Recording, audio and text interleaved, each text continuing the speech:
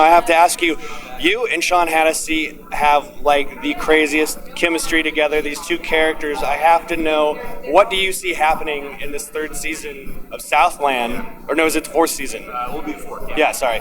I want to know exactly what's going to happen with this, and is John going to come back? Yeah, John's going to come back.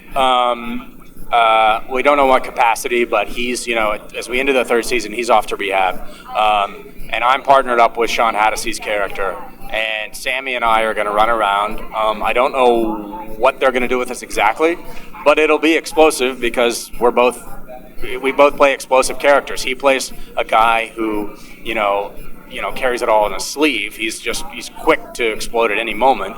And the character I play of Ben Sherman is a much more simmering kind of keeping it bottled up and then exploding when certain things are happening, particularly violence against women and things that are near and dear to his heart. So it'll be an interesting relationship. And what's cool about it is that Sean and I are both basically contemporaries, or basically the same age. And so putting two young combustible guys in combustible situations will lead to combustion. There will be things to completely changed the dynamic of that show, and since that last shot, I mean, I've been dying for it to come back because that show is so good. It's right up there with Breaking Bad is another good one, Bryan Cranston. So those two are my favorites. So when do you start shooting that, and when does it come back? Because we haven't heard. Sure. We start shooting in October, and it comes back in January.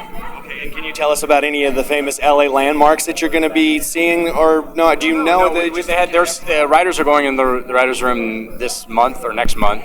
And we don't start shooting until October, so I literally don't know. They don't know yet. But we'll use, like we always have on the show, anything and everything from Los Angeles.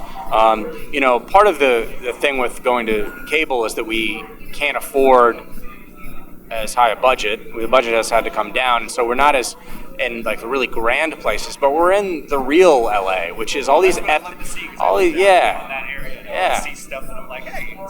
all these ethnic neighborhoods, all these off the beaten path neighborhoods, the east side, the south side, downtown, places that I think people who don't live in LA or aren't familiar with it, sometimes people who even do live in it don't know exist. And I think that's what gives it that kind of authenticity and specificity that is kind of unique to the show.